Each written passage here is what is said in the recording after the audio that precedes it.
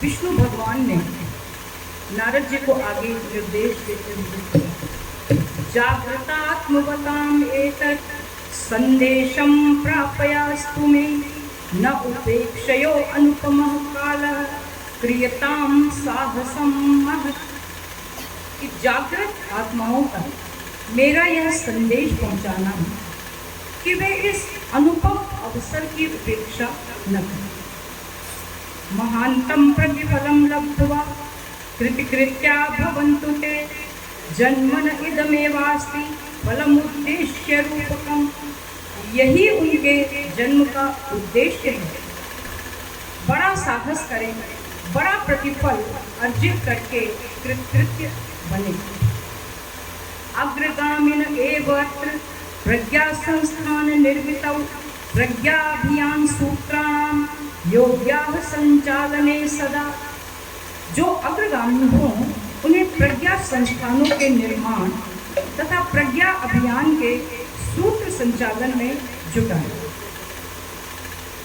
नारद जी ने जब विष्णु भगवान की ये सब बातें सुनी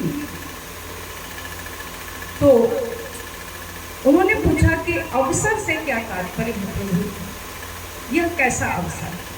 भगवान विष्णु ने कहा कि अवसर जब आता है जीवन में तो मनुष्य उसे पहचान नहीं पाता।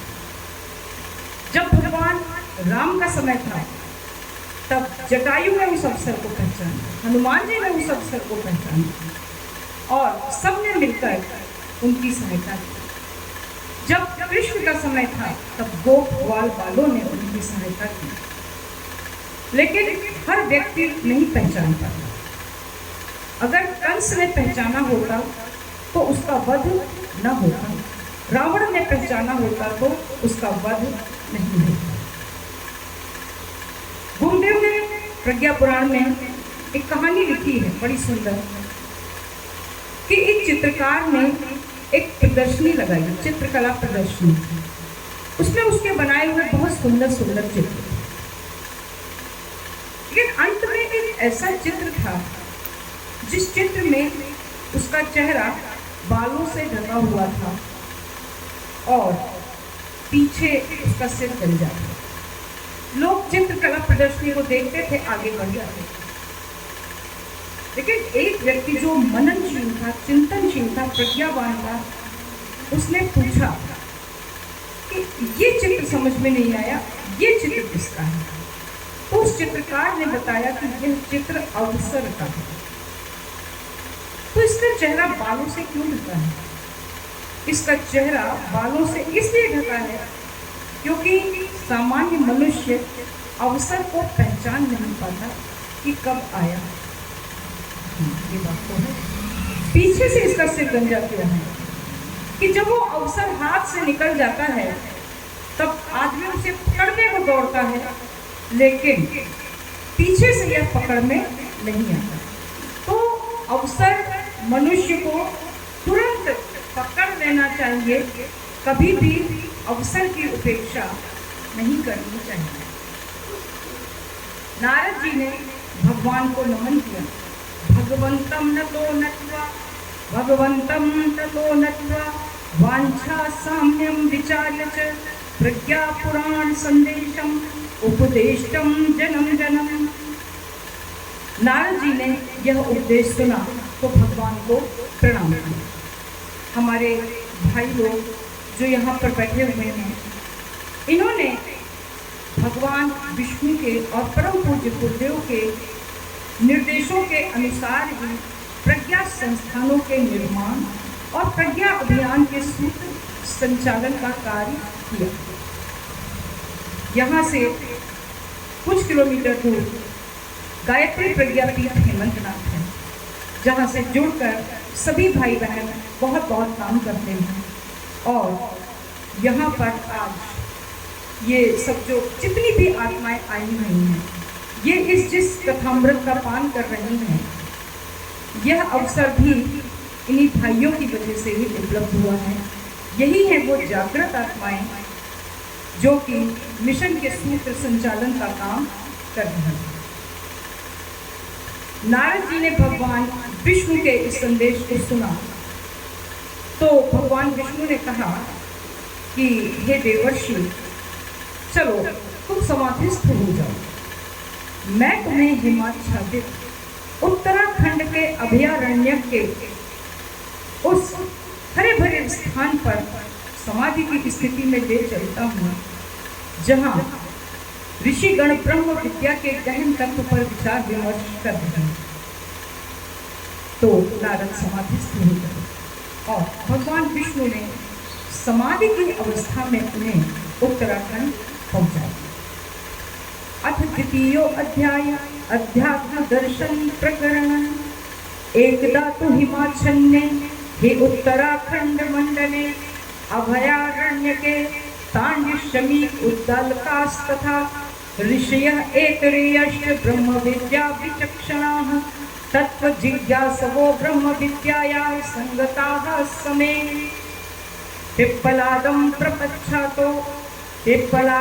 पप्रच्छातो महाप्राज्ञं ऋषीश्वरम् अष्टावक्रो ब्रह्मज्ञानी लोक कल्याण हेतवे।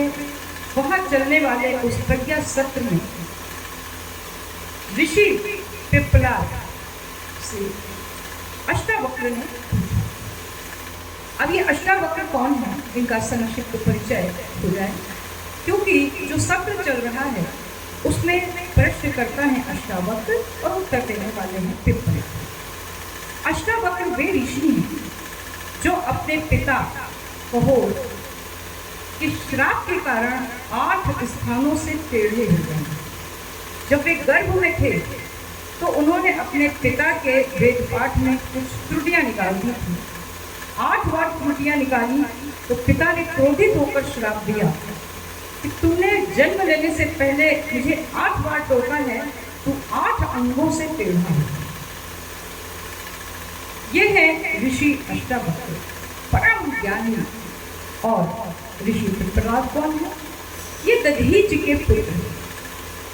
जब देवताओं ने दधीच की अस्थियां ले ली तो उनके मांसपिंड के साथ उनकी पत्नी सती हो गई और अपने नन्हे शिशु को पीपल के एक कोटर में रख दिया और वह स्वयं जलकर भस्म हो गई चिता के साथ। छोटा सा शिशु रोता रहा, चीखता रहा और जब उसे भूख लगी तो पीपल के फल खाकर अपना निर्वाह करता रहा। एक बार देवर्षि नारद उधर से निकले। उन्होंने उस बालक को देखकर पूछा, पुत्र तुम कौन हो? उसने कहा कि मैं यही तो जानना चाहता हूँ कि मैं कौन हूँ। तब देवर्षि नारद ने अपनी दिव्य दृष्टि से देखा कि वह बालक कौन था। फिर उसे उसका परिचय दिया, मंत्र दिया और आत्मकल्याण का मार्ग बताया। ये एक अलग विस्तृत कथा है, हम आगे चलते हैं। तो अष्टावक्र प्रश्न पूछ रहे हैं। वे कहते हैं, ईश्वरः भूपतिः साक्षात् ब्रह्मांडस्य महामुने मानवं राजपुत्रं स्वं कर्तुं स्वगुणान्वितम्।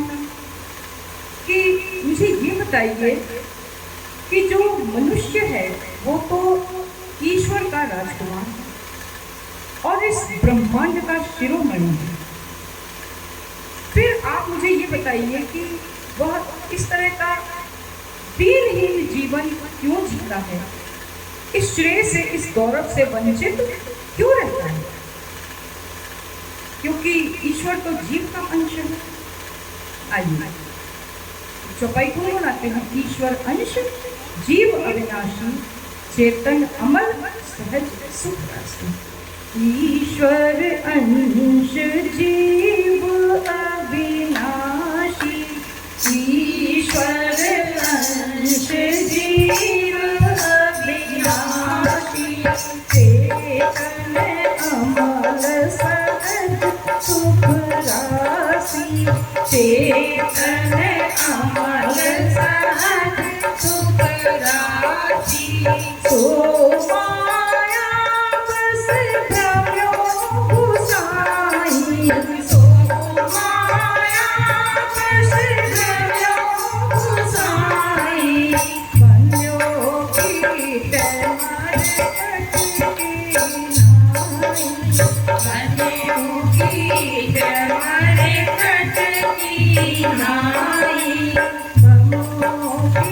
के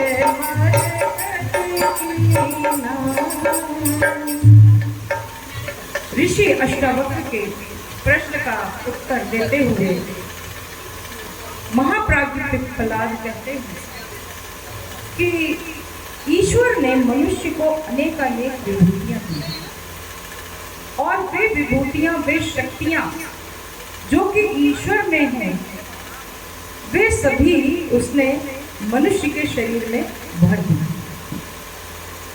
तो फिर भगवान ये बताइए कि इसके बाद भी मनुष्य दीनहीन जीवन, याचकों जैसा जीवन क्यों जीता है?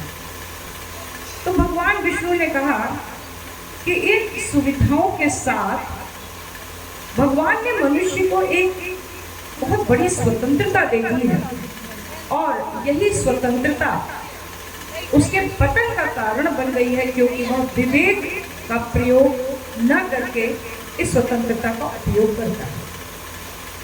अस्याह स्वतंत्रतायास्तु उपयोगम कम कथम मुने करोतु सम्मुखे सेयम परीक्षा पद्धति स्थिता। कि मनुष्य को जो चयन करने की स्वतंत्रता दी है कि वह चयन कर सकता है। इस सृष्टि में कोई भी प्राणी चयन नहीं कर सकता। पशुओं को जो देना है वो उसे देने के लिए बाध्य है।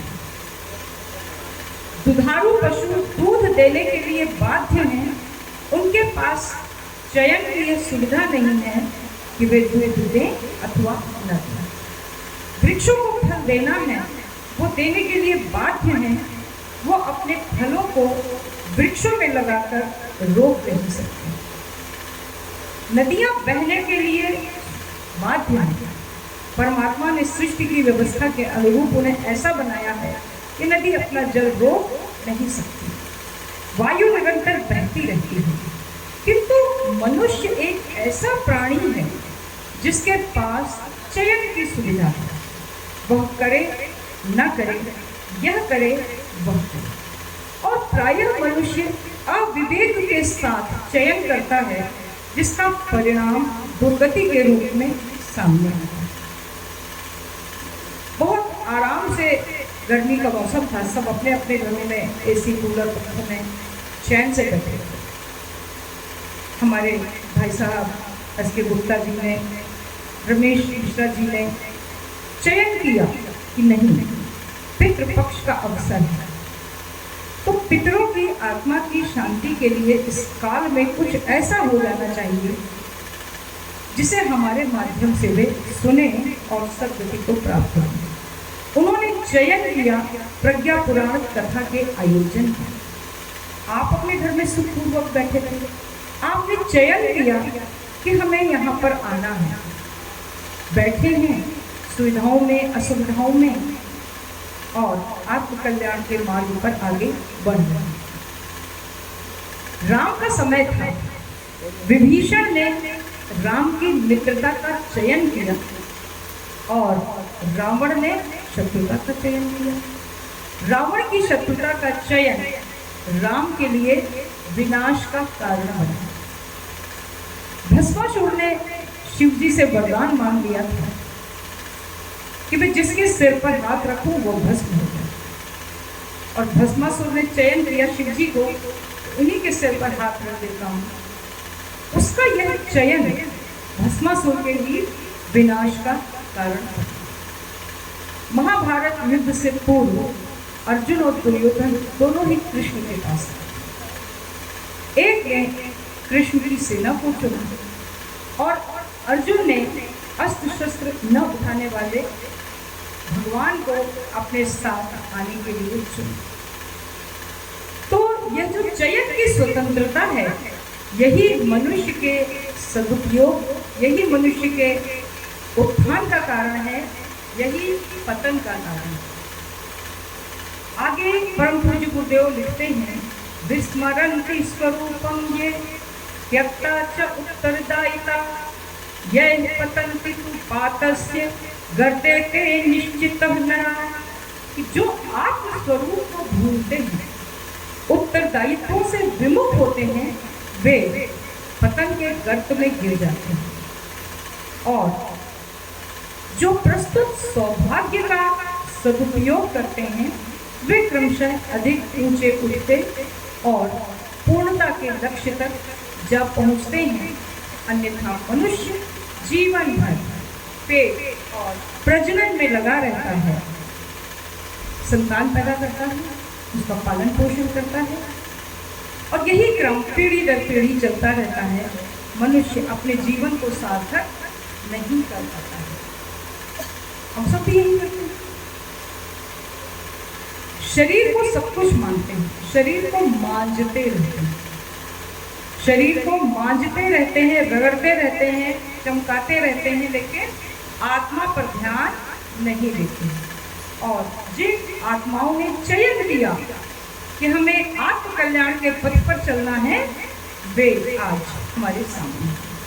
क्या तन मांझता है रे, एक दिन माटी में मिल जाना।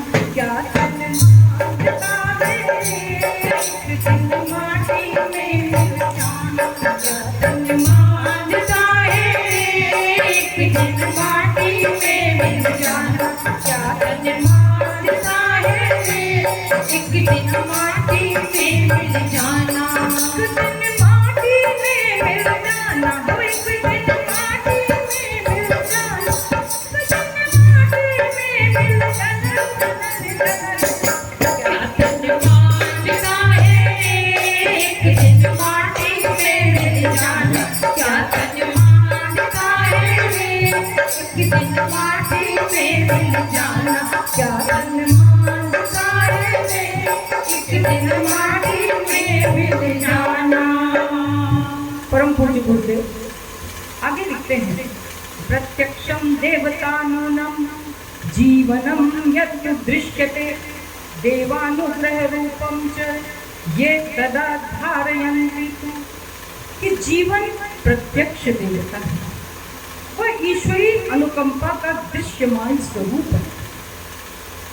जो उसकी आराधना करते हैं, उपलब्धियों का सदुपयोग करते हैं, उन्हें अधिकाधिक मात्रा में उच्च स्तरीय उपलब्धियां धीरे धीरे मिलती जाती हैं और दुरुपयोग करने वाले अपने पैरों पर स्वयं कुल्हाड़ी मारते हैं।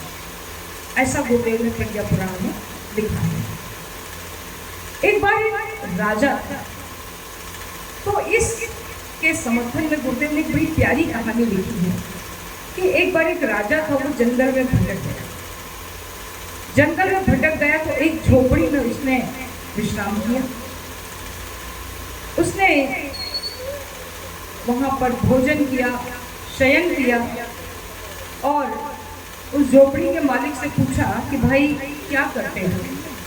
तो उसने बताया कि पहले तो मैं लकड़ियां काट काट के बेचा करता था, अब इधर मैंने व्यवसाय में थोड़ा परिवर्तन कर लिया है। मैं लकड़ियों को जलाकर कोयला बनाता हूँ।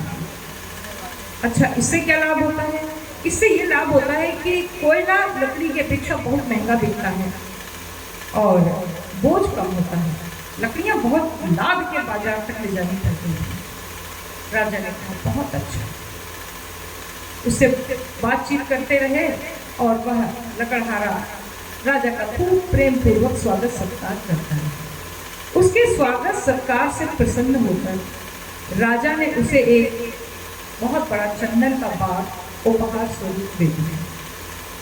वो लकड़हारा बड़ा खुश हुआ। उसने कहा कि मैं यहाँ पे रहता हूँ और आसपास की सभी लकड़ियाँ काट डाली हैं, अब आगे लकड़ियाँ काटने ही नहीं मुझे दी जाती हैं। कोई कहता है ये वन मेरा है, कोई कहता है इस पर इन पेड़ों पर मेरा अधिकार है, मैंने क्रय कर रखे हैं। तो मैं बहुत परेशान था, आपने मुझे एक बाग दे दिया है, अब मेरा जीवन संवर जाएगा।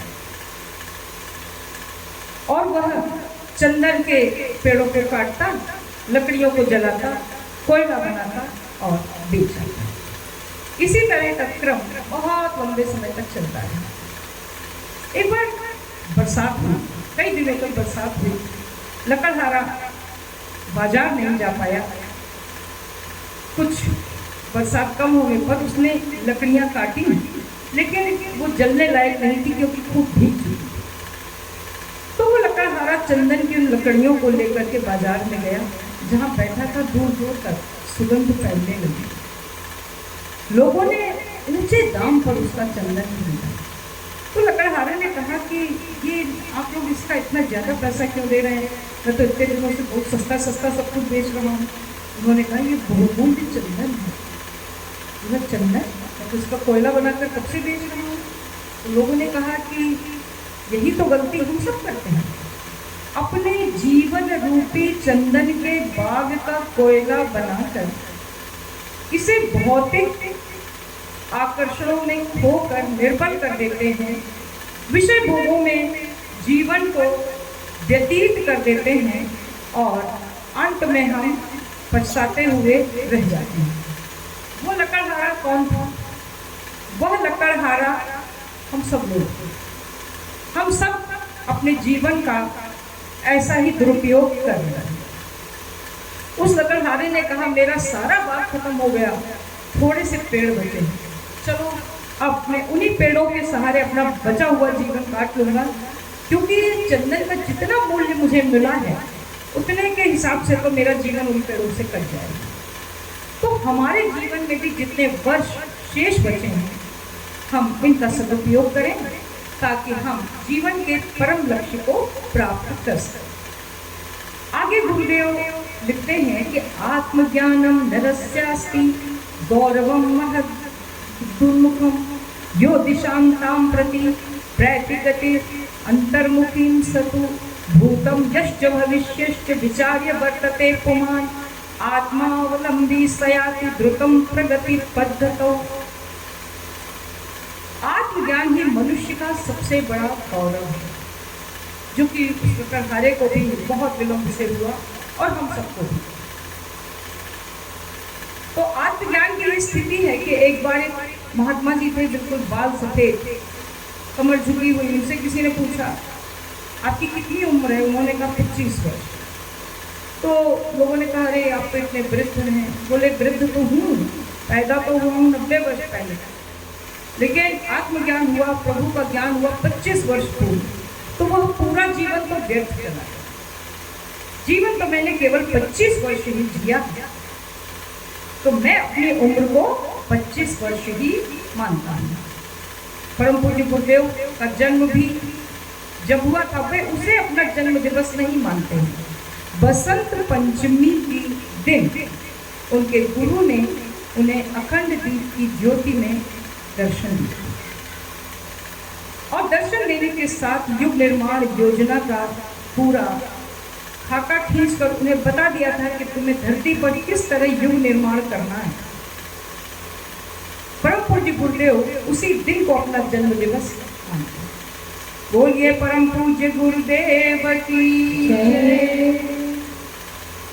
तो गुरुदेव आगे लिखते हैं कि जो मनुष्य अपने भूत भविष्य और वर्तमान को ध्यान में रखते हुए अपने कार्यों का निर्धारण करता है, वही आत्मावलंबी मनुष्य प्रगति पथ पर द्रुत गति से आगे बढ़ता है, तेजी से आगे बढ़ता है। ये भूत भविष्य और वर्तमान बहुत ही महत्वपूर्ण 3 शब्द हैं।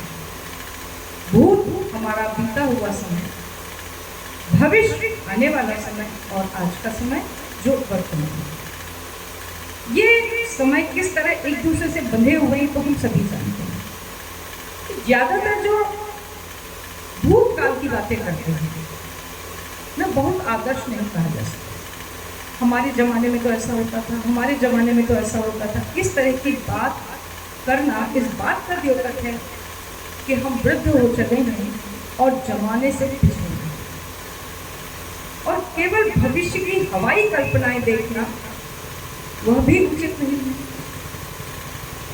ठोस वर्तमान पर कार्य करना चाहिए, भूतकाल से शिक्षा लेनी चाहिए, भविष्य के लिए सुंदर राहें बनानी चाहिए और वर्तमान में कठोर संघर्ष करना चाहिए। वर्तमान में अगर हम कठोर संघर्ष करेंगे, वर्तमान की जीवन शैली को अच्छे ढंग से जिएंगे, तो निश्चित रूप से हमारा भविष्य अच्छा होगा।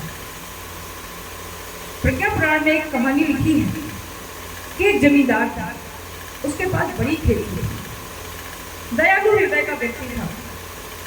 उसने अपने सेवकों को आज्ञा दे रखी थी कि जितने भी पक्षी दाना चुगना चाहें तो उन्हें दाना चुगने दिया जाए, किसी भी पक्षी को उड़ाने का प्रयास न किया जाए। तो किसी भी पक्षी को उड़ाया नहीं जाता था और पक्षी उस खेत में खूब आराम से दाने चुगा करते थे। एक बार सेवकों ने जमींदार से शिकायत की कि मालिक, ये सारे जो पक्षी हैं ये तो चुग कर उड़ जाते हैं, लेकिन ये जो एक पक्षी है, ये एक तोता है, ये पहले तो खाता भी है और फिर ये 6 बालियां अपनी चोंच में दबा कर ले जाता है। तो जमींदार ने उस तोते से कहा, भाई ऐसा तुम नहीं करते हो। तो उसने कहा कि मैं यह काम इसलिए करता हूँ क्योंकि इन 6 बालियों के माध्यम से मैं अपने भूत, भविष्य और वर्तमान का पोषण करता हूँ। वो कैसे? कि मेरे माता पिता मेरे भूतकाल हैं, मैं उनका पोषण करता हूँ। उन्होंने मुझे जन्म दिया और मेरे पालन पोषण में अपार करके सही, अब वे वृद्ध हो गए हैं, तो मैं ये 2 बालियां उनके लिए ले जाता हूँ। जमींदार बड़ा खुश हुआ। तुम तोता होकर भी इतनी बात सोच सकते हो, हम मनुष्य होकर भी नहीं सोच सकते। हम अपने वृद्ध माता पिता को वृद्धाश्रमों में भेजते हैं। तुमसे शिक्षा लेकर हम मनुष्यों को भी यही चाहिए कि हम अपने माता पिता के भरण पोषण का प्रेम पूर्वक उत्तरदायित्व वहन करें। चलो ठीक है, भूत तो समझ में आया। और ये 2 बालियां किस लिए? ये 2 बालियां मेरे भविष्य के लिए हैं। मेरे 2 नन्हे मुन्ने बच्चे हैं, वे ही मेरा भविष्य है। अभी वो छोटे हैं, अभी वो उड़ नहीं सकते, तो हम उनके लिए ये 2 बालियां ले जाते हैं। ये 2 बालियां वो खा लेते हैं और उनका पोषण हो जाता है। उन्होंने कहा, ये भी बहुत अच्छी बात है कि हमें अपने बच्चों को अगर हम जन्म दें तो हमें निश्चित रूप से अपने बच्चों के भविष्य के लिए प्रयास करना चाहिए। और ये 2 बालियां ये 2 बालियां मेरे वर्तमान के लिए, मैं और मेरी पत्नी हमारा वर्तमान है। तो जमींदार बड़ा प्रसन्न हुआ। उसने तोते को मुक्त कर दिया और कहा, ये सुंदर शिक्षा तुम सर्वत्र फैलाओ, क्योंकि अगर तुम्हारी शिक्षाओं से मनुष्य ने अपनी रीति नीति बदल ली तो उसके जीवन में भी सुख ही सुख आ जाएगा।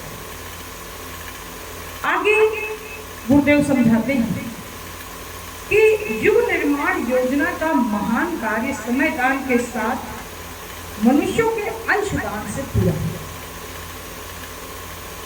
हर घर से जब अश्वमेध यज्ञ हुआ तो 1 रुपया मांगा गया और 1 मुट्ठी अनाज मांगा गया कि उस यज्ञ में 1 मुट्ठी अनाज और 1 रुपया हर घर का लग जाए। ऐसा अंशदान बड़ा महान होता है। लंबी लंबी रकमें न ली जाएं, बल्कि 1 रुपया, 5 रुपया इत्यादि। यहाँ पे जितने लोग बैठे हैं, प्रतिदिन 1 रुपया अपने घर के बच्चों के माध्यम से एक दान पात्र कोई बना लीजिए। हमारी बहन जी डिब्बे पर स्टिकर चिपका कर दान पात्र बनाती हैं। सद्वाक्यों के स्टिकर लिखे होते हैं। प्लास्टिक के डिब्बों पर सद्वाक्यों के सुंदर स्टिकर चिपका करके बनाती हैं और निःशुल्क जो मांगते हैं उनको दे देती हैं, निक्षेप कर देती हैं। बच्चा उसमें अपने हाथ से डालता है, तो बच्चे के अंदर अंशदान की प्रवृत्ति आ जाती है। दान जगत का प्रकृति धर्म है, मनुष्य व्यर्थ डरता है। एक रोज तो उसे स्वयं सब कुछ देना पड़ता है।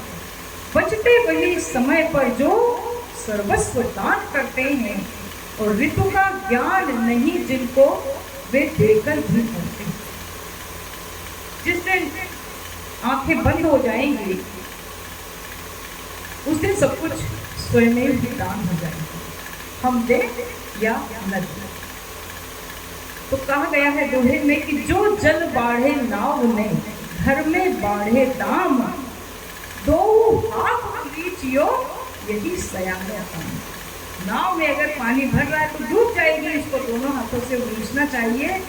घर में धन बढ़ रहा है तो वह बालकों के पतन का, कुसंस्कार का, भोग विलास का साधन बनेगा, उसे श्रेष्ठ कार्यों में लगा देना चाहिए।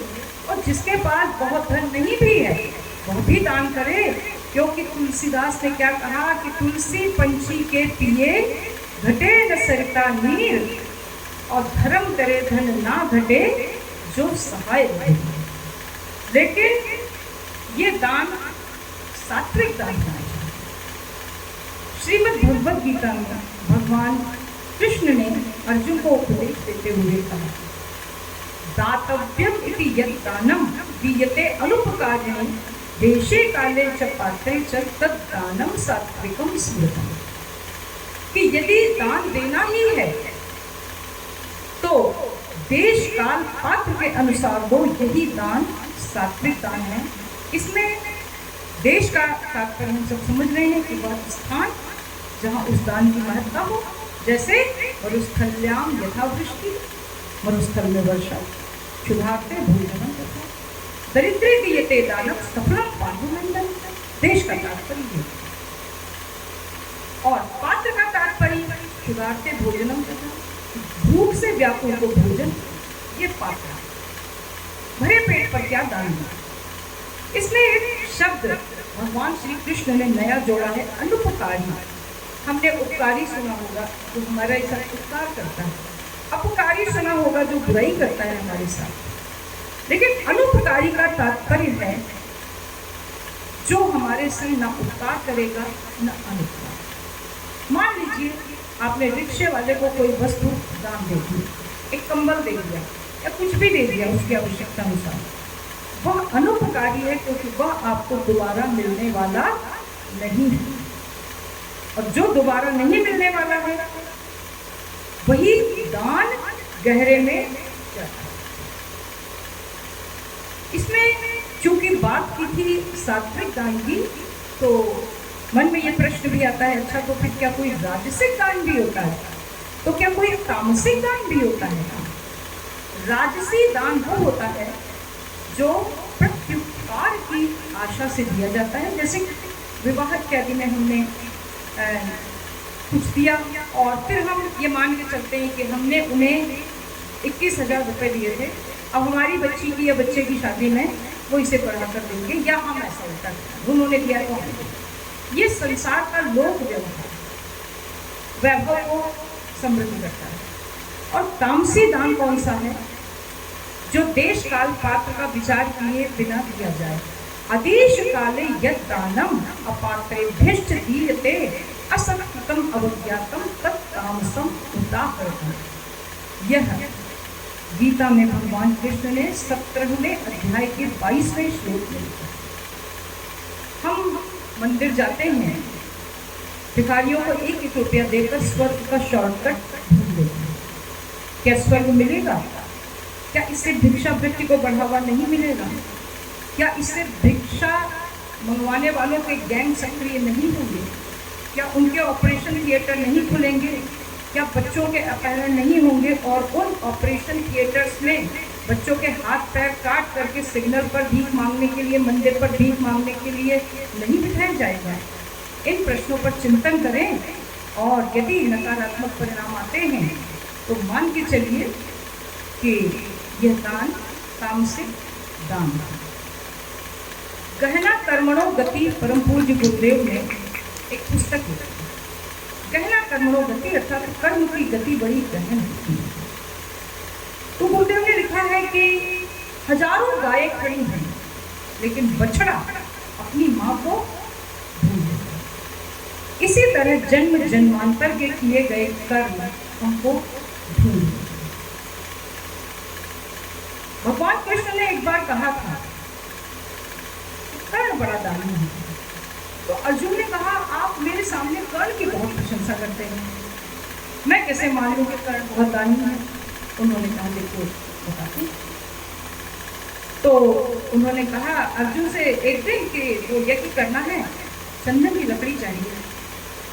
अर्जुन तुरंत भागते हुए गए, बहुत खोजबीन करके लौटे और बोले कि वो बरसात हुई है सारे वनों का चंदन गीला हो गया है, कहीं भी सूखी लकड़ी नहीं मिली। उन्होंने एक व्यक्ति को भेजा, कर्ण के पास जाओ, उससे कहो कि कृष्ण को यज्ञ करना है, चंदन की लकड़ी चाहिए। कृष्ण ने अपने महल के चंदन के दरवाजे खटखटा दिए और भगवान कृष्ण के पास भेजा। यह है दान की प्रवृत्ति जिसके बल पर कर्ण दान भी करता है। हमारा ये दान कहीं बेकार नहीं जाता है। जब कृष्ण के पास सुदामा गए थे तो उनकी पत्नी ने 3 मुट्ठी चावल ला करके दिए। तो कृष्ण ने जब देखा कि सुदामा संकोच वश हमको ये चावल नहीं दे रहे हैं, तो वो कहते हैं, पोटरी आँखों में चापी रहे तुम, खोलत नाही सुधा रस भीने, और पाछली बान अजौना तजो तुम, कैसे ही भाभी के तंडुल कीने। पाछली बान अर्थात पिछली बात याद दिलाते हैं कि आगे चना गुरु मात दए तिलहे तुम चाबी हमें नहीं दीने, और श्याम कहा मुस्काए सुदामा सु, चोरी की बान में हो झूठ दीने। उन्होंने जबरदस्ती सुदामा से चावल लिया। क्यों लिया? सृष्टि की व्यवस्था है कि जब तक बीज बोया नहीं जाएगा तब तक फल निकलेगा नहीं। जब बोया जाएगा तभी निकलेगा। कृष्ण को सुदामा को वैभव देना था, तो उन्हें पहले सुदामा से बुवाई करवानी थी। यहाँ भाई बहन आ रहे हैं, परम पूज्य गुरुदेव के चरणों में कोई कुछ चढ़ा रहा है, कोई कुछ चढ़ा रहा है। क्या कर रहे हैं? एहसान कर रहे हैं? नहीं, बो रहे हैं, बो रहे हैं। कृष्ण भगवान ने जब एक मुट्ठी चावल खाए तो रुक्मणी जान गई इन्होंने एक लोक का स्वामित्व सुदामा को दिया।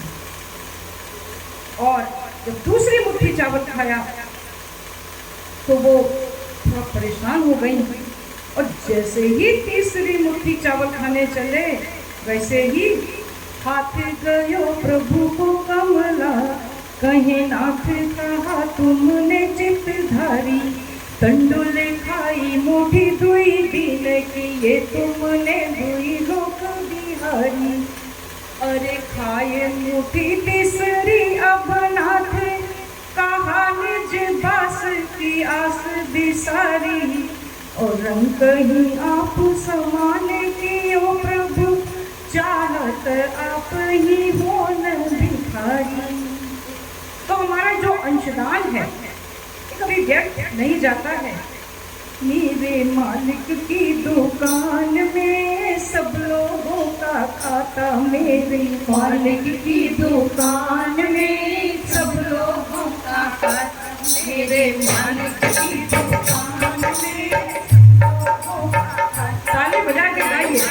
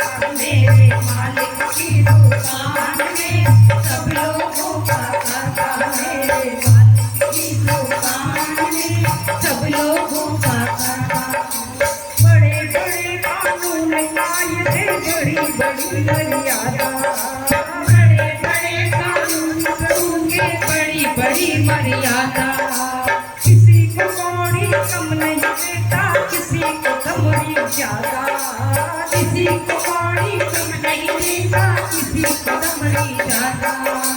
समझदार तो चुप रहता है, मूर्ख चोर बजाता, मेरे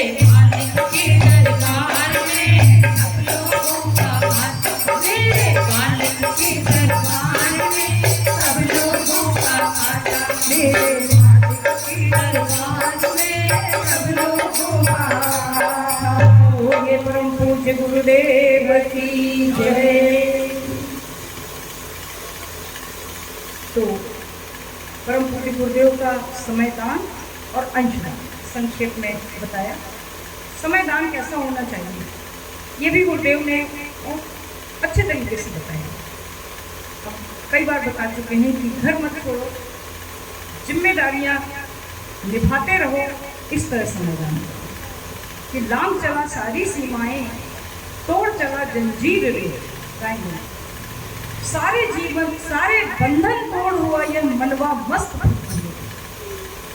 हमने घर संसार न छोड़ा, स्वजनों का भी प्यार न छोड़ा, जिसका ऋण है जन्म जन्म का वह सारा संसार न छोड़ा। अपनी जैसी लगी हमें तो सबके मन की पीर रे, सारे बंधन तोड़ हुआ यह मनवा मस्त फकीर रे। और आज के कार्यक्रम का अंतिम गीत, क्योंकि 8 बजे कार्यक्रम का समापन होना है, 8:05 हो रहे हैं, 8:15 हो जाए।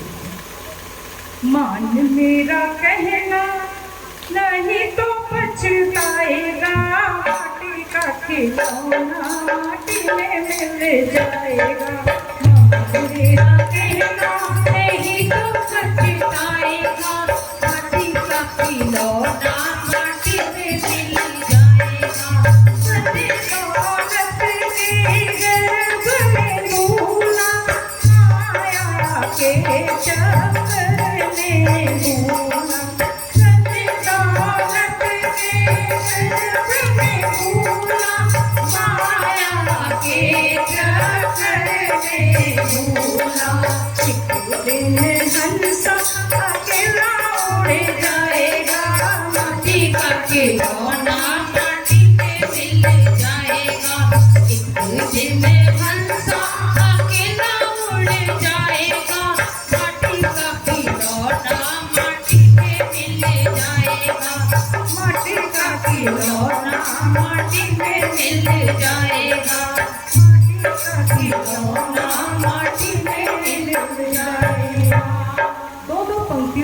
संदेश देकर गीत को समाप्त कर देते हैं।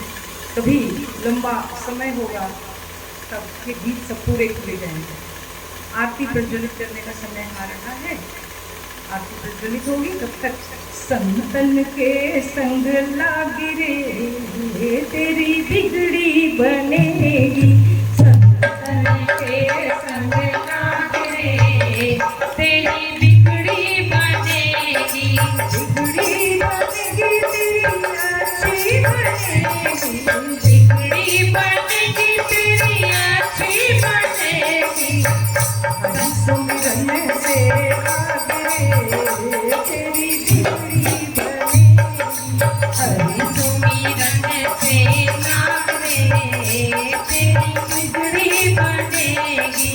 संतन के संग लागे तेरी बिगड़ी बनेगी। संतन के तेरी बिगड़ी बनेगी। छोड़ जगत के झूठे धंधे, छोड़ जगत के झूठे धंधे। हरि सुमिरन से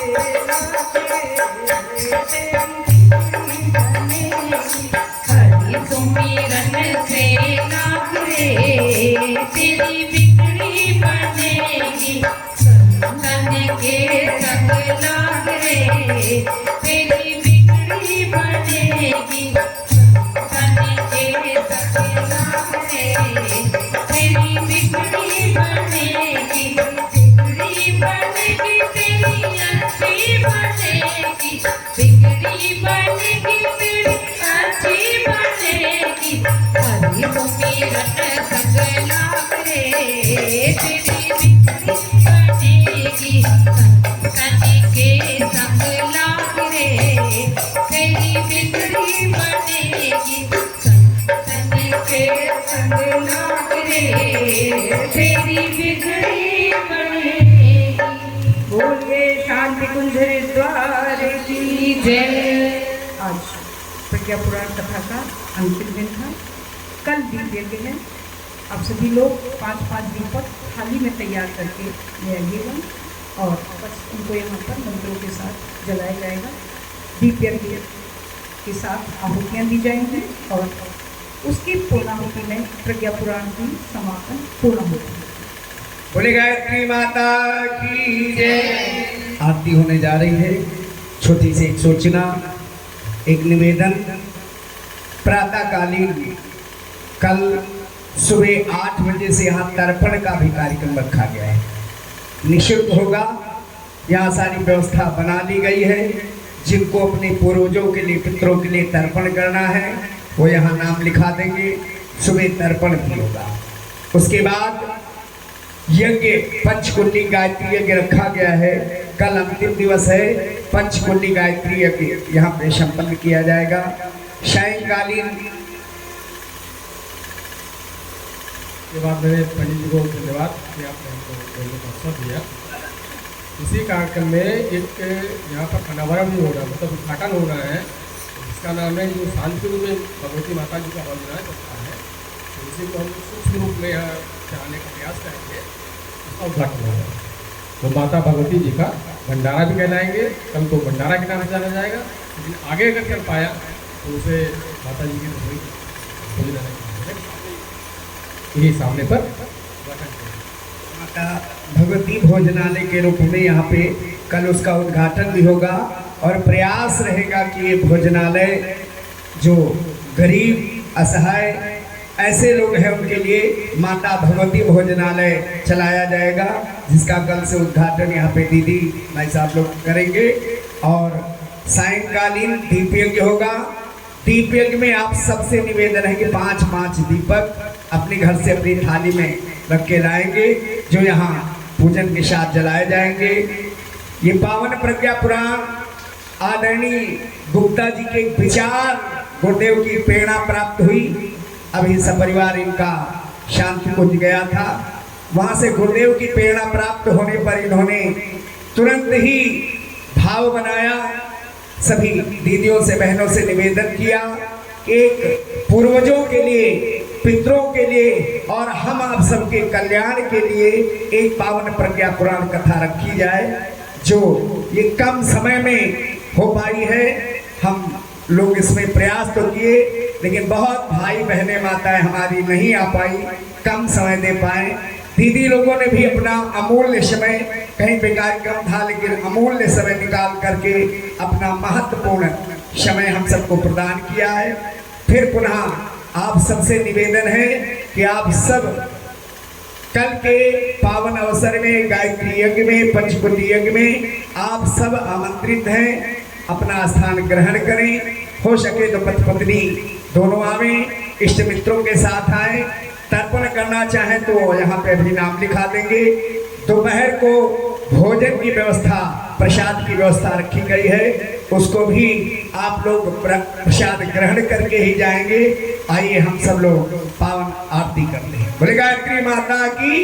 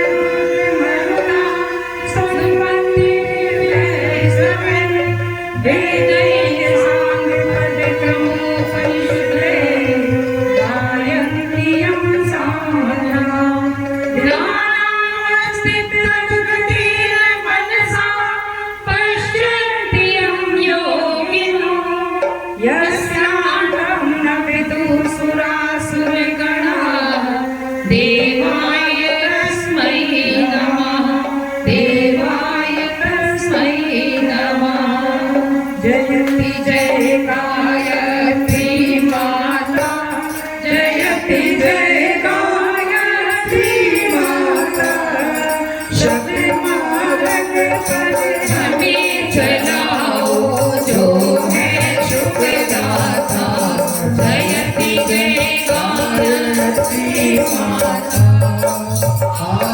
शक्ति तुम अलख निरंजन जग पालन करती माँ जग पालन करती दुख शोक भय क्लेश कलह दारिद्र नयन हरती जयति जय गायत्री माता रूपिणी कनकपालिनी जगत गात्रियम्बे मां जगत गात्रियम्बे मम मेहारी जनहितकारी सुखदा जगदम्बे जयति जय गायत्री माता हरणी भवतारिणी अनले अजयान दयाशी माँ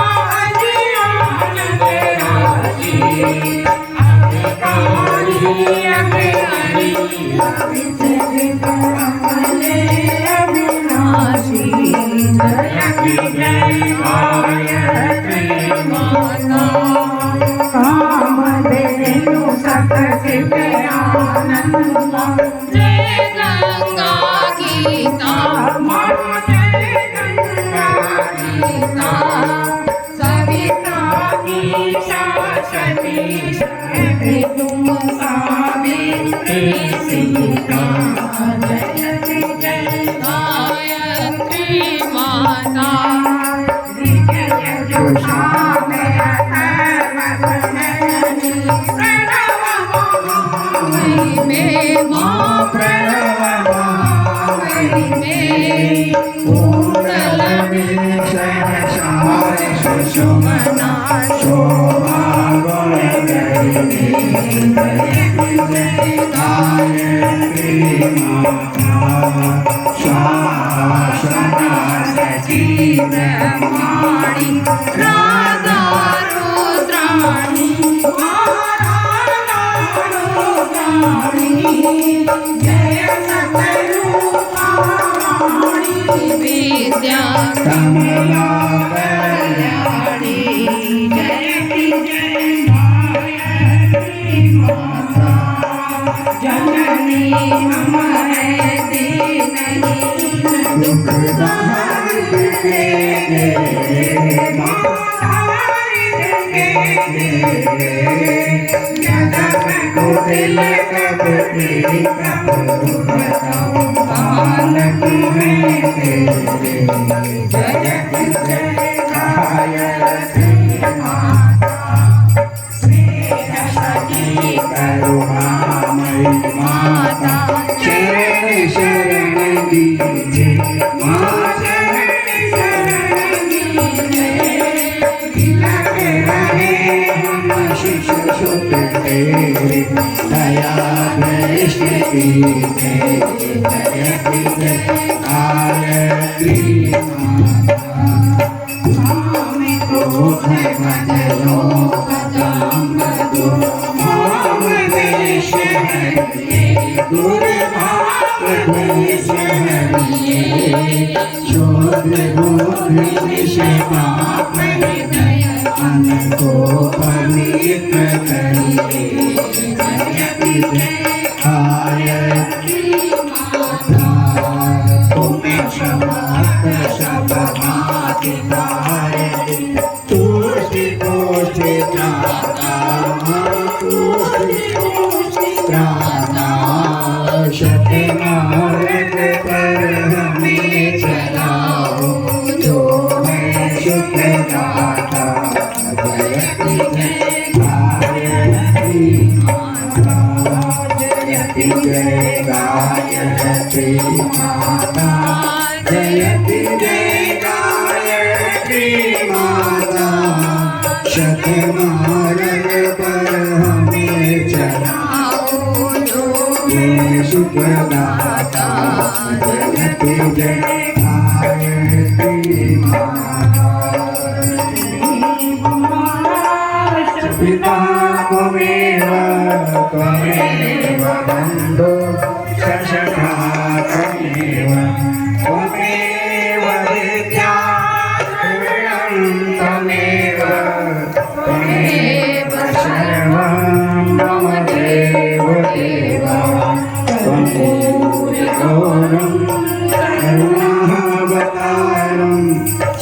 संसारसारं भुजगेन्द्रहारं शरावसन्तं हृदयारविन्दे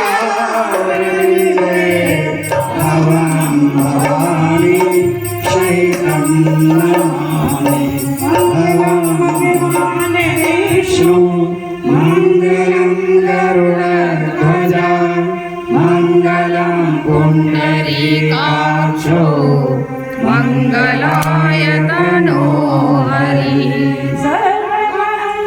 माङ्गल्ये शिवे सर्वार्थसाधिके शरणे त्र्यम्बके गौरि नारायणी नमोस्तुते। बोले गायत्री माता की जय, ब्रह्मोज गुरुदेव की जय, वंदनिया माता जी की जय, शांति कुंज द्वार की जय, यज्ञ भगवान की जय, धर्म की जय हो। धर्म का आसो दुनिया में सद्भावना हो, विश्व का कल्याण हो, कल्याण हो। हरे महादेव वंदे वेद मातरम वंदे देव मातरम वंदे विश्व मातरम। कुलेवाधिपति महाकाल की जय, आज के आनंद की जय, शांति अभी सिंचनम। ओम द्यो शांति अंतरिक्षं शांति पृथ्वी शांतिरापः शांतिरोषधयः शांतिः वनस्पतयः शांतिर्विश्वे देवाः शांति ब्रह्म शांति सर्वगं शांति शांतिरेव शांति सामा शांतिरेधि। ओम शांति शांति शांति सर्वारिष्ट सुशांति।